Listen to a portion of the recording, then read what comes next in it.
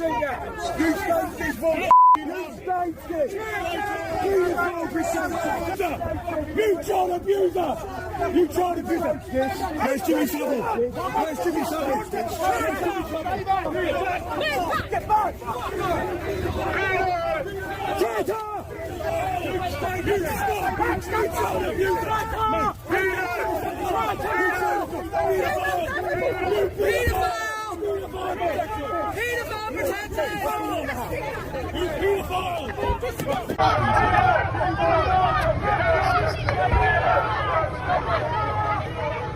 The fury exploded like a thunderclap as Keir Starmer stepped out his car, the chants of Traitor slicing to the crisp London air like knives. No warning, no build-up. Just raw, unfiltered rage from the crowd massing outside Parliament's gates. This wasn't a scripted spectacle. It was the British public unleashing months of bottled-up betrayal on the man who dared call himself their leader. Starmer's face, usually a mask of calculated calm, tightened as the boos hammered him relentlessly. In that instant, the Labour Prime Minister wasn't just facing protesters. He was staring down the barrel of a political execution, with a whole nation watching in real time. The scenes were chaotic, electric, and utterly humiliating. Dozens of voices merged into a wall of sound, banners flapping wildly with accusations that hit like gut punches. Sold out Britain, you puppet, betrayer in chief. These weren't paid agitators or Tory plants. They were everyday Brits, working-class families, disillusioned Labour diehards, even pensioners who'd voted for him, now united in their contempt. The word traitor wasn't thrown lightly. It was spat with venom, echoing off Westminster's stone walls and blasting across social media feeds. Starmer hurried inside, flanked by security, but the damage was done. This was no minor skirmish. It was a full-scale revolt against a leader who'd promised change, but delivered nothing but spineless compromise. Inside Parliament, the atmosphere turned toxic. Starmer's aides scrambled, whispering damage control strategies, but the footage was already viral poison. Clips of him dodging the jeers spread like wildfire on X and TikTok, racking up millions of views in hours. Hashtags like hashtag Traitor Starmer and hashtag Labour Betrayal trended globally, fueling memes that painted him as a cowardly flip-flopper. Political opponents pounced without mercy. The Tories labeled him weak and wobbling. Reform UK called for his head, and even Lib Dems sneered at his crumbling authority. But the real knife twist? It came from within Labour. MPs who'd bitten their tongues for months now openly grumbled, questioning if his chameleon could ever inspire loyalty. Whispers of leadership challenge grew louder, no longer confined to backrooms, but spilling into corridors where ambition thrives on weakness. What fueled this inferno? Starmer's endless waffling. That's what. On Brexit, he's played both sides like a cheap fiddle, once pushing for a second referendum to undermine the people's will, now sneaking toward EU realignment through shady deals that stink of betrayal. Voters who fought for sovereignty in 2016 see right through it.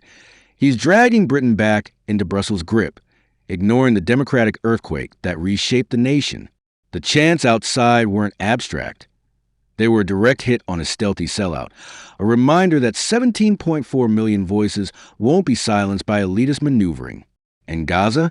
His gutless hesitation to demand a ceasefire alienated Labour's core, the human rights warriors who expected moral spine, not mealy-mouthed equivocation. Longtime supporters feel stabbed in the back, watching their party morph into a pale imitation of Tory indifference.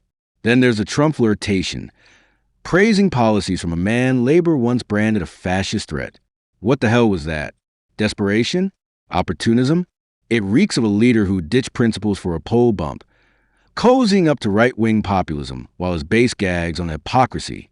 Critics inside and out accuse him of being a political shapeshifter, bending with every wind, committing to nothing but his own survival. The protesters nailed it. This isn't leadership. It's cowardice wrapped in suits and sound bites. The optics of Starmer slinking to the mob, eyes averted, jaw clenched, screamed disconnection.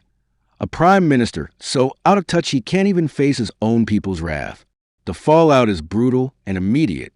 News channels loop the chaos, commentators ripping into Starmer's fragility, while ordinary voters seethe it in pubs and online forums. This isn't fringe noise. It's a national roar, crossing party lines and igniting fears that democracy itself is under siege. If Starmer thinks he can brush this off as a vocal minority, he's deluded. These are the same folks who propelled him to power, now turning on him with ferocious intensity. Grassroots groups swell with defectors, organizing rallies that could snowball into nationwide unrest. Social media amplifies every jeer, turning isolated anger into a unified assault on his legitimacy. Worse, it's exposing cracks in the entire system. People aren't just mad at Starmer. They're furious at a parliament that prioritizes globalist agendas over British interests. The traitor cries strike at the heart of sovereignty, echoing suspicions of backroom EU plots that mock the referendum result. Voters feel tricked, their trust shattered by a leader who campaigns on integrity but governs with deceit. History warns what happens next. When betrayal festers, movements erupt, governments topple. Starmer's team downplays it, but the fire is spreading.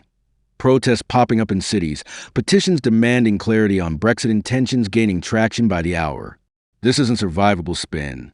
Starmer's image as a steady hand is obliterated. He's now the punchline, the weakling under siege. Opponents weaponize every clip, framing Labour as a fractured mess unfit to rule. Even allies hesitate, sensing blood in the water. If he can't crush this rebellion now, the next election becomes a bloodbath, with disillusioned masses flocking to rivals who promise real conviction. The gates of Parliament, symbol of power, now mock him as the site of his public flogging. As night fell, the crowd thinned, but the rage didn't. It simmers across Britain, a ticking bomb of frustration. Starmer may hole up in number 10, plotting comebacks, but the truth is glaring. He's lost the people. The traitor chants aren't fading echoes. They're battle cries for accountability. Britain demands better than this spineless betrayal. If Starmer doesn't wake up and fight or step aside, he'll be dragged down by the very fury he ignited. A humiliating end for a man who promised to restore trust, but only deepen the divide. The storm is here, and it's coming for him.